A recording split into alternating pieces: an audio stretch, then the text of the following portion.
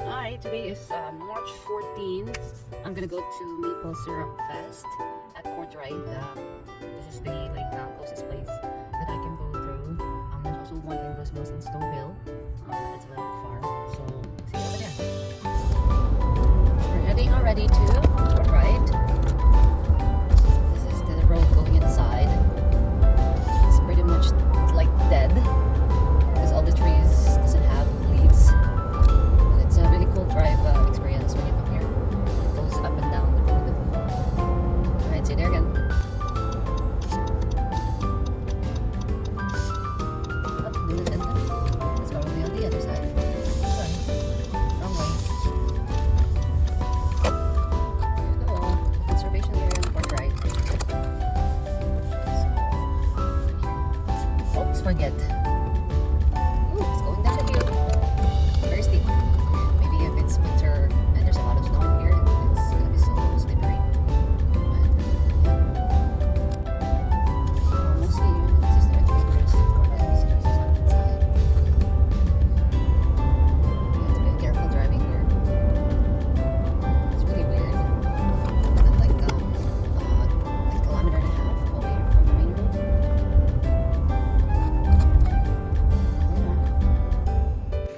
So right now we are. I know it's gonna be so muddy at the building. So many cars coming in. It's a busy day. It is a busy day. It's gonna be okay. Yep. As her name suggests, she's a water snake. She likes to spend a lot of time around water. So if you would really like to go swimming, you might be really good friends with our water snakes. They do, however, spend a lot of their lives on land. They need to be dry for a lot of their life as well, but they spend a lot of time in and around water looking for their favorite foods. And that's why they're in the water, near the water a lot of the time. Two of their favorite foods are fish and frogs. So they spend a lot of time in and around that water. And if you've ever gone looking for a frog before, you may have used your five senses. So I'm going to talk a little bit about our snake sense. I mentioned it's a snake that mostly comes out during the nighttime and is asleep or hiding during the day. And we have a word for animals like that. Who knows the word? I will take it from someone who's being nice and quiet with their hand up. What do you think back there? Yeah. Nocturnal is exactly right. This is a snake that is nocturnal. Now, milk snakes have a little bit of a funny name and a bit of a bad reputation. The reason that they are called milk snakes is that, do you know the reason that they're called milk snakes? Oh, did you know that they were nocturnal though? Awesome. The reason that these guys are called milk snakes is... So I do have two snakes in my hand. Okay. So they are quite large. This is one. These are our eastern fox snakes. They are one of the more rare snakes found here in Ontario. They are actually the second largest snake found in the entire province. When eastern fox snakes are full grown, they can get to be about 6 feet long. They are a snake that is what we call arboreal, so they are tree climbers. You can see here that both of these are really good at holding on. And that's because they have really, really specialized muscles that help them to climb trees. They can actually hold out of tree branches pretty well, which is their tail, and hoist themselves back up. Not only are they really muscular, but they also have these specialized body shapes. Right? A lot of people think that snakes are shaped sort of like pool noodles and they're completely round. And that's true of a lot of species, but the fox snake is kind of an exception. We don't even whisper. We use hand signals because if we even whisper, the turtles.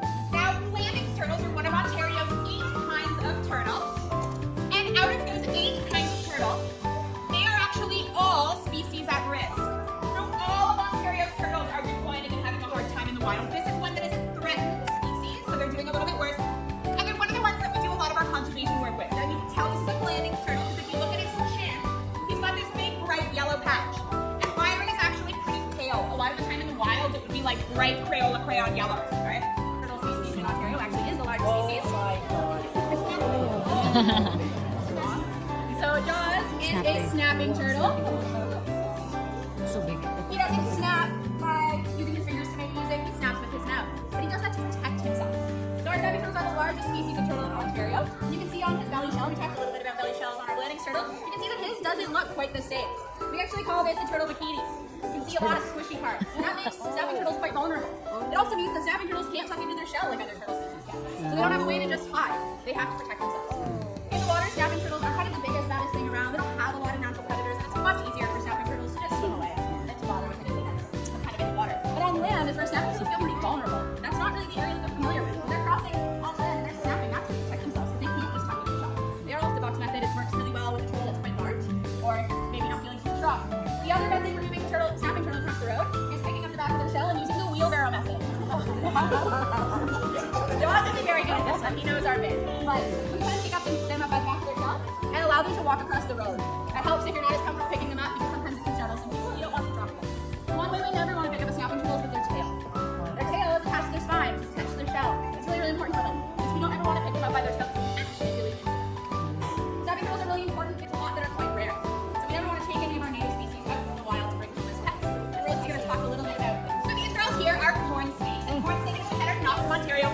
These are from the United States. They kind of live in the southeastern part of the country. And they are one of the world's most popular pet snakes. And a big reason for that is that they are what's called bred in captivity, which means that they're born with people. So these girls here, their parents were born with people, and probably their grandparents and their grandparents were as well. And that means that they were not taken out of the wild. If you go get a corn snake to the pet store, or from somebody else you know, that there's still plenty left in nature, doing all the things they need to do in the ecosystem, and you didn't harm that ecosystem by taking one of these. Right? And the second Mommy, make a picture of Daddy. He's gonna hold it. We're walking going to People's Syrup demonstration. We're done with eating pancakes. There's also the sugar shack, sugar bush shack over there. We're not gonna get maple syrup. It's gonna be too sweet.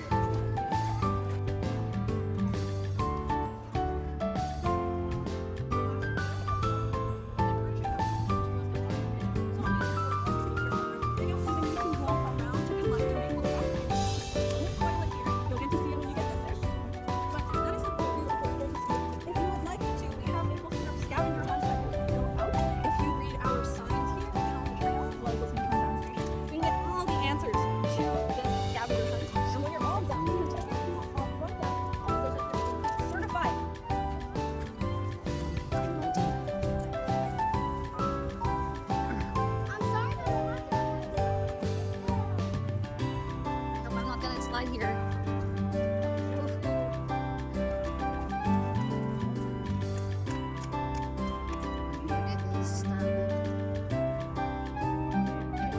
There's the house at. Look at this. Look at this one.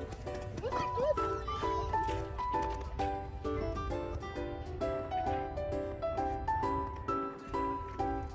We take off the ice that's there because the ice. Yeah, it looks like a beaver. Wow.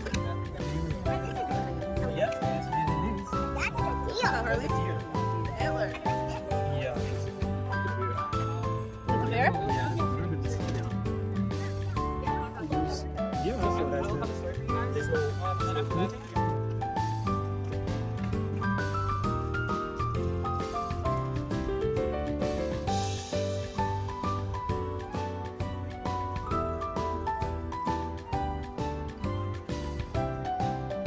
It's really the day today. Earlier, beyond demonstration. So this is the second step. What a people today.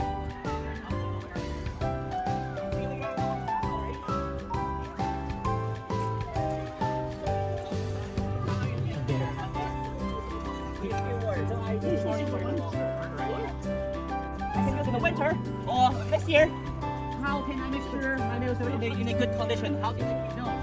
How can I keep those? I don't have a fridge. I don't have a freezer. I don't have electricity. Any ideas? Any thoughts? Yes, please. Maybe now in the cold, right? It's getting warmer in the summer, so I'm going to send all the nails to North Pole and ask polar bears to help me to take care of them. They are gone. Maybe not really. I'm going to boil it even further. My maple syrup. When I don't have any water in my maple syrup, what happens? It changes to sugar. Yeah.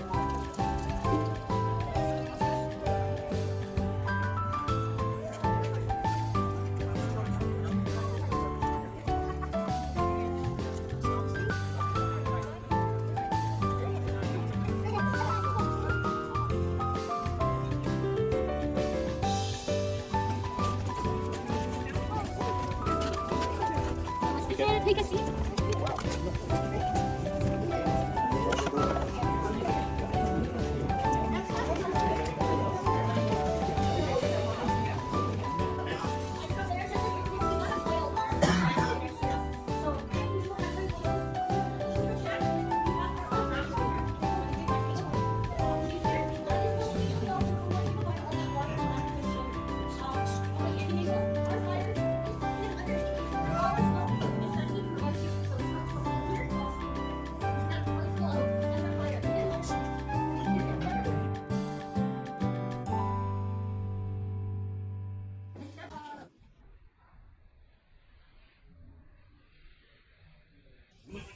So this is a real thing.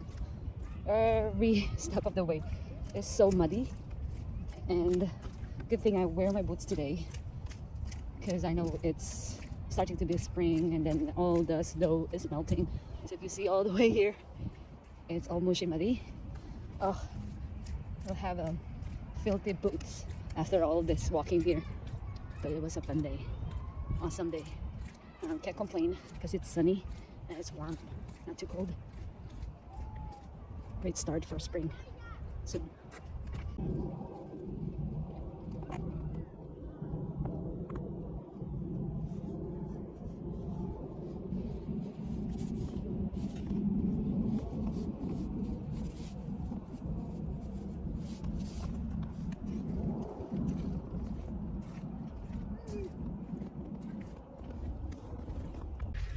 we're heading home now. It's actually 4 hours out.